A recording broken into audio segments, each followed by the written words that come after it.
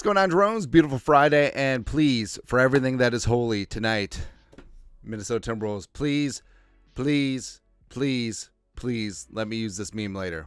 That's all. But yeah, can we just square it up 1-1 in the Western Conference Finals? Woo, will be fantastic. Also fantastic is the Vikings OTAs rolling along. Love to see it, man. It's Friday news dump. For Friday, birds are chirping and stuff, right? So Vikings wrapped up the first week of OTAs, and of course, everyone's just like starving for football content. We just need it, man. And I feel like the NFL has done a phenomenal job of making this a year-round sport. The NFL draft, you could probably say, is the second most popular sport in America, and I say that without an ounce of irony. I literally mean that. Because you look at NFL draft ratings versus, I don't know, NBA Finals, World Series of baseball finals. I have to say baseball. Stanley Cup. It's crazy. It's absolutely crazy, man. But it's just stringing us along until we get that 6-week break from mid-June to late July, and then training camp, and then preseason. Then we're back at it, baby. We are so back. Also back is McCarthy, back for the first time. So bit of an uneven week. Working with the threes, had some highs, had some lows. Obviously, it's still a work in progress. I ain't worried at all, right? So that's the whole thing. Like, I feel like we live in such a microwave society that people want things now, as opposed to how about just making it right? How about making it correctly? It's like, so if you grill a steak, you got to rest it. You must rest it properly. Otherwise, if you cut into it too soon, because you're champing at the bit, you just want some beef. Like to give you lots of my meat, and then all of a sudden you cut into it before a rest, and then like all the juices disperse, and it ends up being dry, and it's just a mess, right? But properly rested, and then you dig in, and then that crust has its integrity, and the inside is still delicious and just amazing. That's gonna be McCarthy. That's right, man. That's right. Also, right is so. Shots from last weekend when the Vikings rookies were at the NFLPA premiere. It's for the cards. All right, I feel like I need to get back into sports cards because sports. There's so many things I was into as a kid that I just sort of fell out of. Video games, baseball, basketball, trading cards. Yeah, maybe we need to get back in. We'll invest because I feel like. So like a J.J. McCarthy, Dallas Turner, rookie cards, like once they enter Canton, they'll be like, oh, that's worth a couple of dollars. But either way, they're looking good. So J.J. McCarthy's hit us with the Captain America, class president, quarterback of the future look. Dallas Turner, namaste. I wonder what Dallas Turner's sack celebration is going to be. He had a bunch of random ones at Alabama, but I feel like who had this? Was that Was that Arian Foster's touchdown celebration? The namaste? I feel like he was the yoga guy, right? Yeah.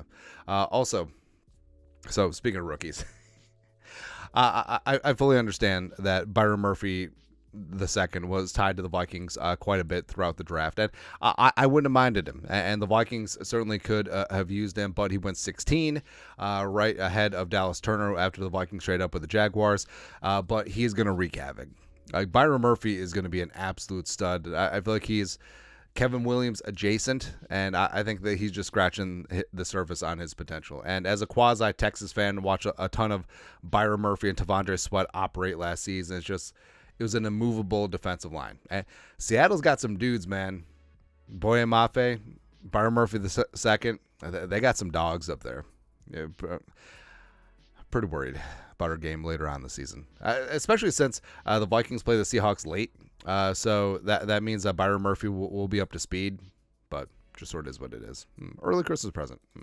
Next is, so it's always so funny when players get to the league and there's some older players around, and maybe the younger guys watch the older heads around. I mean, it happened with Tom Brady, quite a bit. But now that Jumpin' Joe Flacco, who the Browns didn't re-sign, stupidly enough, he signed up with the Colts to back up Anthony Richardson. Richardson's going to be one of the best young quarterbacks in the game. Also, Richardson is quite funny. So this is what he said about playing with Joe Flacco. Quote, "I just remember riding on the school bus when they were winning the Super Bowl." All right, so All right, so when they were winning the Super Bowl, all right, so like late Sunday night, like why was he on the bus? Come back from a sports game? Like, also, who schedules a sports game during the Super Bowl? I don't understand. Anyways, but Richardson, I mean, so Anthony Richardson just turned 22. And when Flacco and the Ravens won the Super Bowl, that was the 2012 season, so February 2013. So Anthony Richardson was like 10, 11 years old, which if you're Flacco, that's got to be just so demoralizing, right? Like, this kid was in 6th, 7th grade, and all of a sudden it's like, hey, the number 5 is going to get overpaid because he just won the Super Bowl, because he just caught fire randomly during the playoffs. Speaking of getting overpaid, so Daniel Jones has come back from torn ACL. Schefter, go. Giants quarterback Daniel Jones has no doubt that he'll be ready for Week 1 against the Minnesota Vikings, despite tearing the ACL in his right knee late last year. So, yes, the Vikings do play the Giants Week 1. And now the Giants' backup is Drew Lock, who, I don't know, randomly beat the Eagles last year with the Seahawks. That was the game, with Geno, super fired up on the sideline, man. But I'm not worried about Daniel Jones, right? Like, this is not Donatel's defense where he's going to give up 431 and 31 points to Daniel Jones. Frankly, I want and I need Daniel Jones to be starting Week 1 because Malik Neighbors hates Daniel Jones. And with him and his ACL, like, he's going to have limited offseason work. Maybe doesn't even play at all in training camp. But I want him out there Week 1 just to see the gloriousness of him just imploding. And also, his mobility is like one of the better parts about his game, and there's not many things to like about it. So take that away, or at least severely impact it. Glorious. 41 donut the other direction. One time, man. Also, so Caleb Williams, number 1 overall pick. So I feel like OTAs, like, there's no middle ground. It's like, oh, he looked okay. He looked there was some good, there was some bad. Everything is either the greatest quarterback of all time or Garbaggio. But Nicholas Moreno, beat writer for the Bears, really rough day for Caleb Williams and the starting offense. You love to see it. A lot of incomplete passes and near incompletions in the interceptions. In the 7-on-7 period, Williams completed just 3 passes. Jalen Johnson nearly had an interception over the middle of the field. In the team period, most of the passes were completed to the flat, and Williams held onto the ball for a long time, which is a trait of Caleb Williams, like, even going back to Oklahoma. And like I said, as a quasi-USC fan, watched every single snap of Caleb Williams. He does tend to play hero ball at times, but it's really masked up by the fact that he can do it and just make some absolute bat bleep insanes. But in terms of just operating a functioning offense and getting the ball out on time, on script, that's not his game. It just really isn't. It's worth noting that Rome Odunze and Keenan Allen did not participate in 7-on-7s, and team, also Nate Davis and Darnell Wright, were not practicing today. Well, it's not like it was full contact anyway. So the whole thing about it is that, yeah, even though Williams is anointed as the chosen one, like, there's still a learning curve, a very steep learning curve. And also, like, our guy Drake May with the Patriots reportedly is sort of up against it too. Jaden Daniels has been sort of hot and cold. So I think that it really is just kind of funny. It's kind of funny. Because I wonder how many Bears fans. So there was a very verbose section of the Bears fan base that wanted to build around Justin Fields. So do you think that there's a significant portion of Bears fans that are like, told you so? I told you. When did I tell you? I told you. Because screw the betterment of the team. You just want to be right. That's what happens, man. Also happens is, so Khyree Jackson was assigned number 31, 4th-round pick out of Oregon. And his initial reaction was, ew, LOL, 31. But I feel like he looks pretty damn good in 31. And Khyree tweeted, "It's growing on me." Now, Khyree Jackson is quickly becoming one of my favorite Vikings because he's hilarious, like low-key funny. Actually, no, high-key funny. Like, he's just openly very funny. But also, I feel like 31 looks good. And I know everyone and their mom wants the single digits nowadays because everyone wants to look cool and blah, blah, blah. But I feel like this is fire, man. And maybe it's just because of his long, lanky frame and long arms. It makes him look like Antonio Cromartie wearing the 31. But I kind of like it, man. And frankly, so Antonio Cromartie had all the physicality, just he wasn't physical. as a corner. Like, he's physically gifted, just wasn't physical. Khyree Jackson can bring that hammer, man. Like, he will mug up receivers on the outside, and he will just fight everyone, which I kind of love.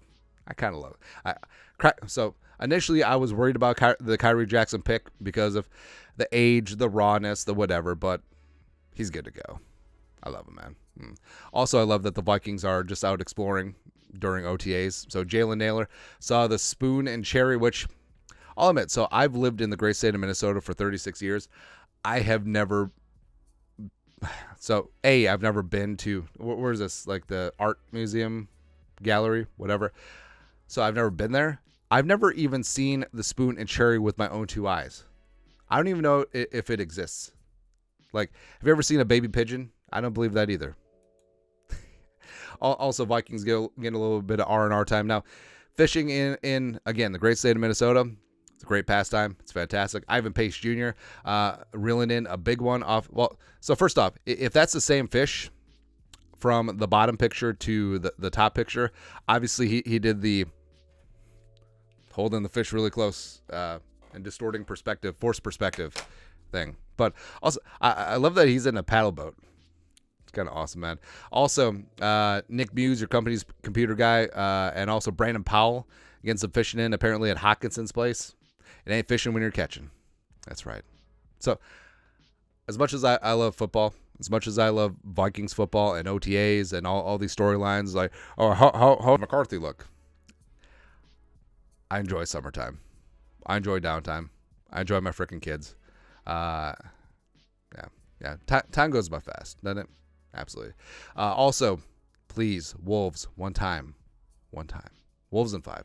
Anyways, have yourself a great weekend. You guys are the best. You know what to do. Skull production value.